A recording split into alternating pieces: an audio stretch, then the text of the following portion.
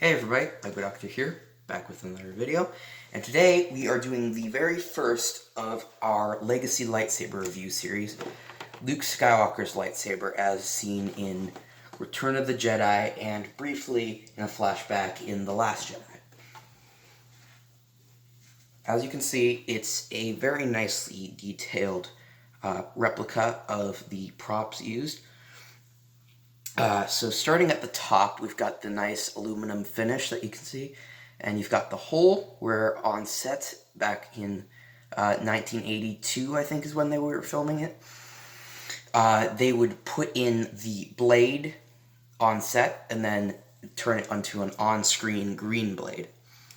You've got the thin kind of copper brass neck right here. You've got the so-called grenade section named after the Obi-Wan lightsaber, which this was based off of, roughly, because that lightsaber had a real grenade used as this part of that lightsaber. I have, actually, this episode 3 version, but you can see that's what it looked like, basically. Then you've got the activation box here with two little, what would be lights. You've got the switch here, which I always thought this part was the switch, this little line part, but this is. And then you've got the notched pommel with the blocks at the bottom and the little triangular belt clip. So yeah, and some of you may have noticed already, a lot of you probably know about Legacy lightsabers, but the neck is too thin to accommodate the blade. So what they did for that is, underneath this satiny fabric piece right here is an alternate attachment right there with a thicker neck.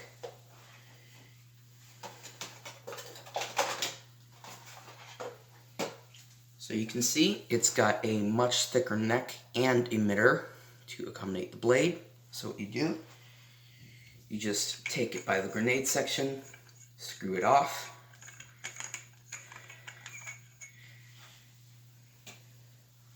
then you can attach this, and you'll want to remove the sort of blade plug that comes with all of the Legacy lightsabers, and you line up the notches right here, push it in and twist it, turn off the light, and then turn it on. It's got a very nice crisp sound. Flash on clash. Swing sound effects. 5 of them to be specific. Let's go through them.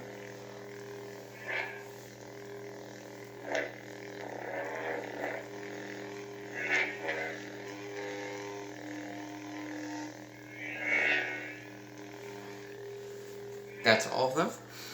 And yeah, it's a very nice saber. This one doesn't seem to be like super responsive. I think it's a little bit tighter in the chamber here, so it doesn't as easily react to flash on clash.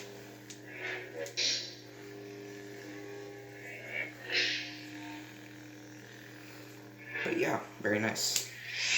And then next, I want to compare the sounds to what the Savvy's Workshop green crystal makes in this lightsaber, which I thought originally was the same, but isn't quite the same. They actually do have the same ignition and deignition sounds.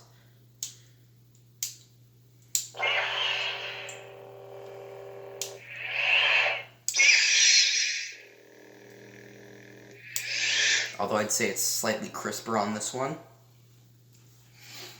But they do have the same sound effects in a way, but it's much deeper on this one. And there's five different swing effects on this one, whereas there are only 3 on the green crystal. So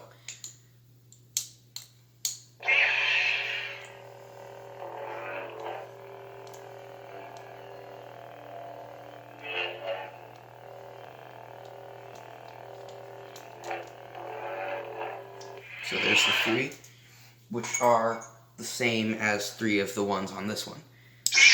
But on this, it is much, hold on, there you go, there's a pop-up. It is much deeper, and I'd say maybe a little quieter too. And the hum's a bit deeper as well.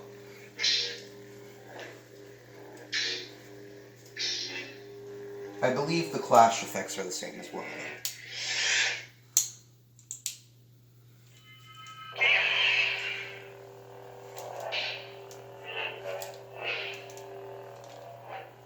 Again, it's just a little bit crisper on the Luke lightsaber.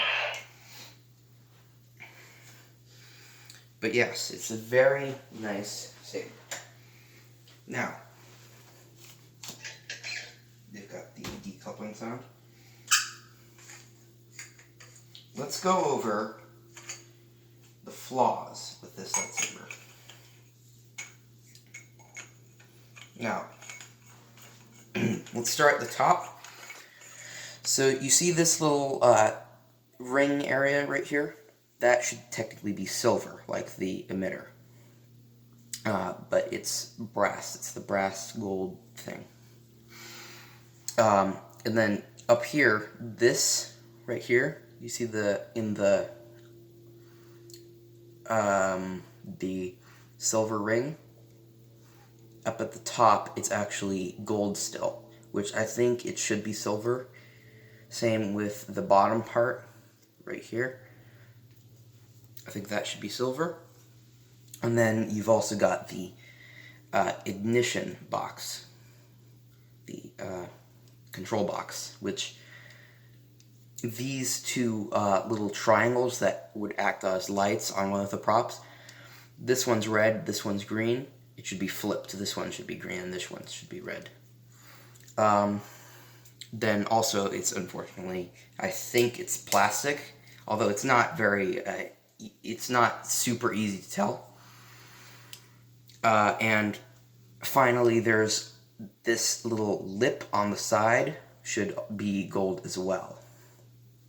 So those are the downsides of this lightsaber.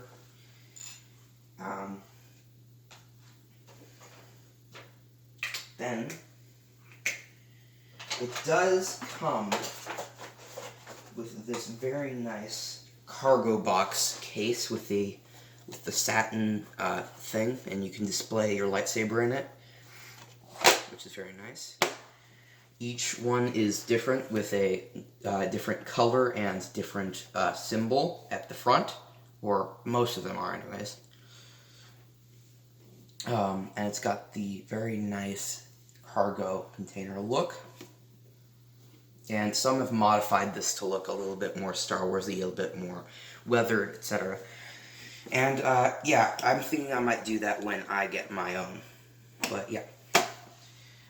Down below this video, there will be a link to my eBay store, which is where you can buy legacy lightsabers such as this one. And right after this video comes out, this lightsaber in particular will be listed. Any lightsaber after this will have stickers here that show you how to turn it on and off, and to unscrew the bottom to access the batteries, which I will just show right now because I forgot to. So you've got the battery box right there. You just unscrew there and access the batteries, and then put it back in. Let's see. Just screw that back on.